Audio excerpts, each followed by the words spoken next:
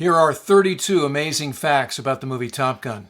But before we get to that, if you're a first-time viewer, please ring the bell and become a subscriber so you don't miss anything.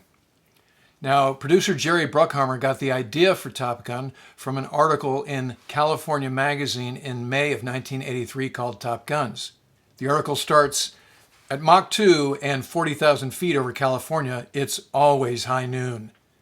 And it has other passages like, "If Miramar is a fighter pilot's Camelot, then the Top Gun complex in Miramar's Hangar No. 1 is King Arthur's Round Table, the gathering of the greatest of the greats in fighter aviation."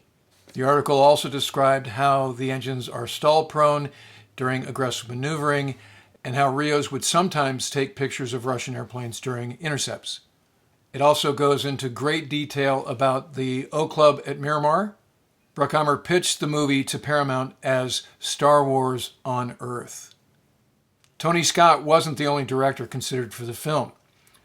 Both John Carpenter, whose films include Escape from New York, starring Kurt Russell, and David Cronenberg, who directed Jeff Goldblum in The Fly, were considered. It's interesting to think what the final product might have looked like in their hands.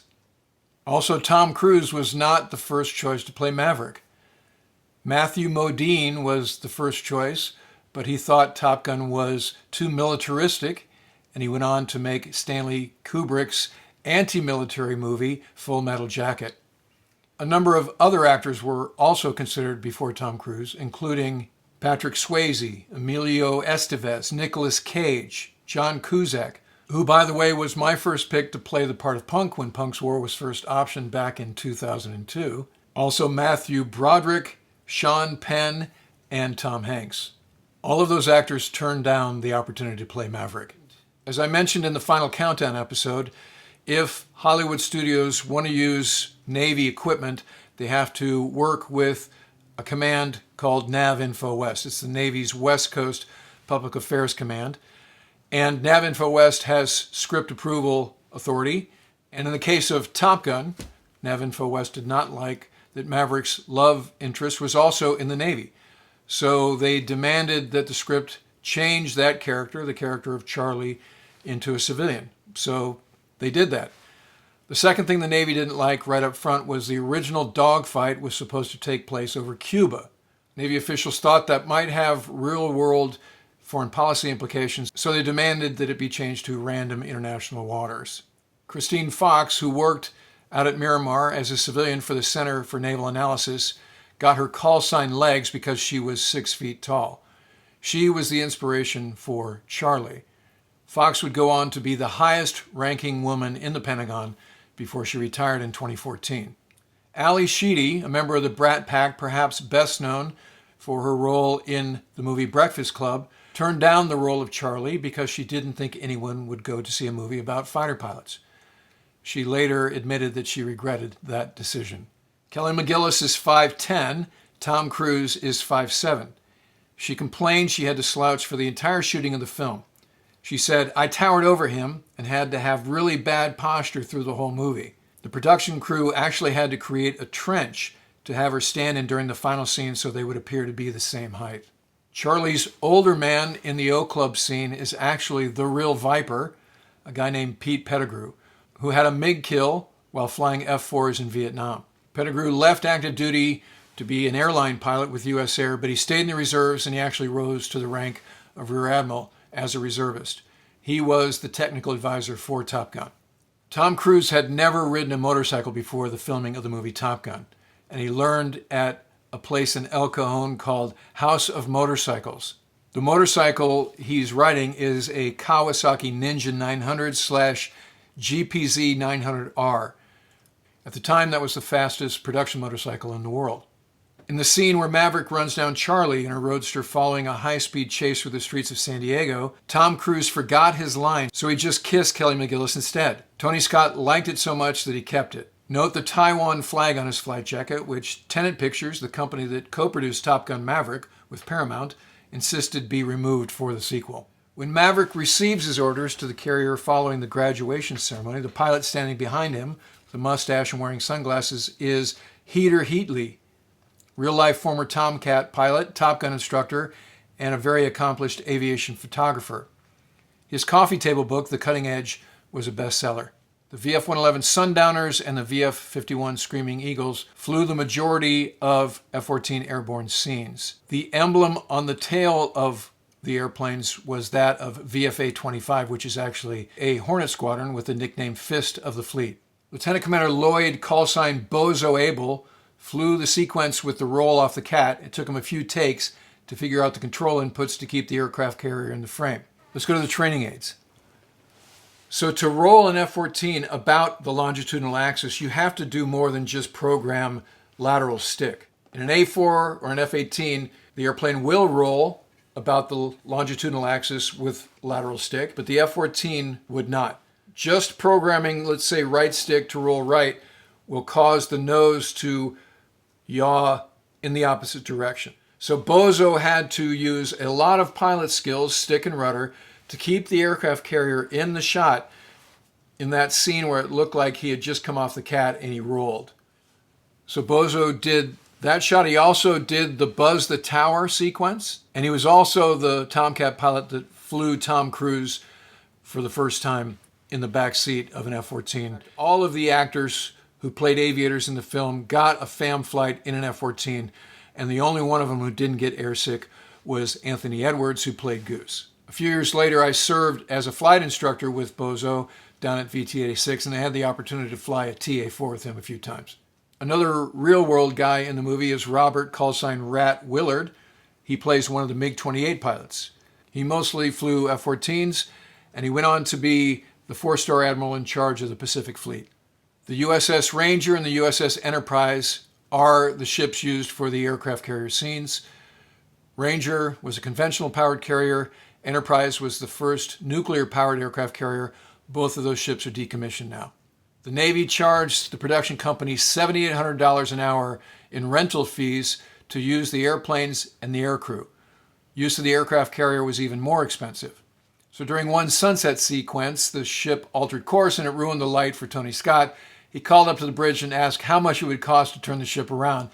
And off the top of his head, the skipper said $25,000. So Tony Scott said, done, and on the spot wrote a check for $25,000 and had it sent up to the bridge. The check later bounced, but Tony Scott got the shot he wanted. So much of the pilot point of view footage was shot in a Pitts S2 flown by well-known stunt pilot Art Scholl. So the script called for the flat spin, of course. So they're about 5 miles off the coast of Carlsbad one day. Art Scholl goes into a flat spin, and after a few rotations, he realizes that he's catching the observer airplane in the field of view as he spins around. So he tells them to back off, and he goes into the flat spin again. The observer airplane loses sight of him, and they hear over the radios, he says, "I've got a problem," and that's followed by him saying, "I've got a real problem." And then there's not another transmission. They go out to look for him, and all they see is an oil slick in the ocean. The movie is dedicated to Art Scholl. He was 52 years old when he died. So this is what the rear cockpit tactical information display looks like in real life.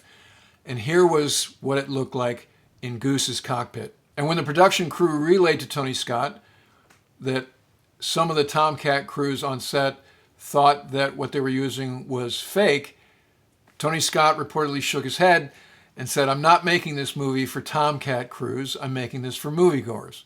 Test audiences were kind of lukewarm about the Maverick Charlie romance, and so the two actors were brought back 6 months after the initial shooting had ended. So Kelly McGillis had dyed her hair for another movie, and Tom Cruise's hair is longer. So for instance, if you look in the elevator scene, that's why she's wearing a ball cap. Although, of course, Tom Cruise was Kelly McGillis's love interest in the movie. During filming, she had a relationship with Barry Tubb, who played Wolfman. Anthony Edwards and Meg Ryan, who play husband and wife in the movie, also became an item during the filming of Top Gun. Pop rocker Bryan Adams turned down the opportunity to have his song "Only the Strong Survive" included in the soundtrack for the movie Top Gun. Like Matthew Modine, he disapproved of the movie's militarism.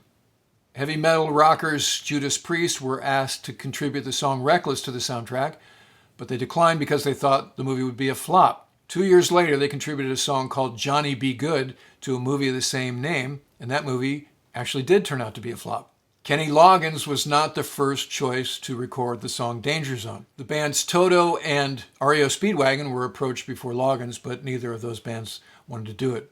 The official release date for Top Gun was May 16th, 1986. The New York Times panned Top Gun when it first came out. Here's a few excerpts from that review.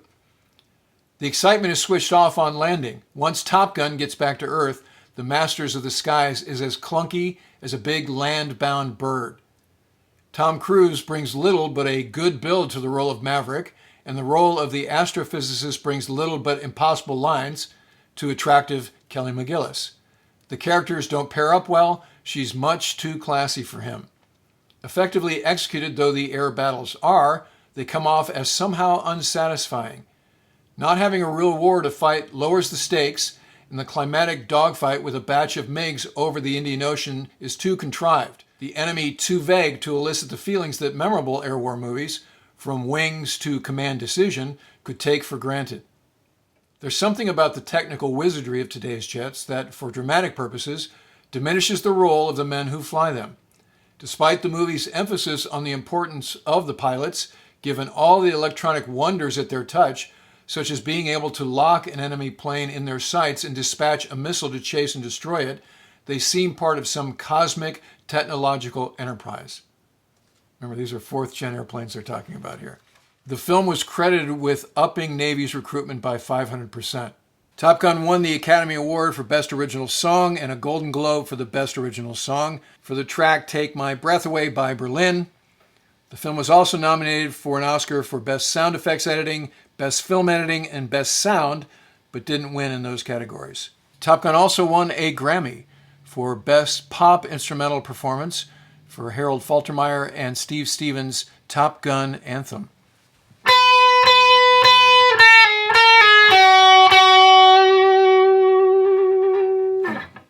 Top Gun only cost $15 million to make, which in today's terms seems like a very small amount of money. And it earned $180 million in North America and $357 million globally. In today's terms, that's about $815 million. Top Gun was also the first videocassette priced for sale, not just for rent. It was priced at $20. And finally, at the real Top Gun, quoting any lines from the movie gets you a $5 fine. All right, that'll do it for this episode. If you'd like to help support the channel, please consider using the super thanks, the heart icon with the $ below, or become a patron at patreon.com/WardCarroll. Check the links below for official channel merch and where you can get the Punks Trilogy, which has just been released by the Naval Institute Press. Those are my first 3 novels about a Tomcat squadron ashore and at sea, in peace and war. If you like the movie Top Gun, I believe you would like these books.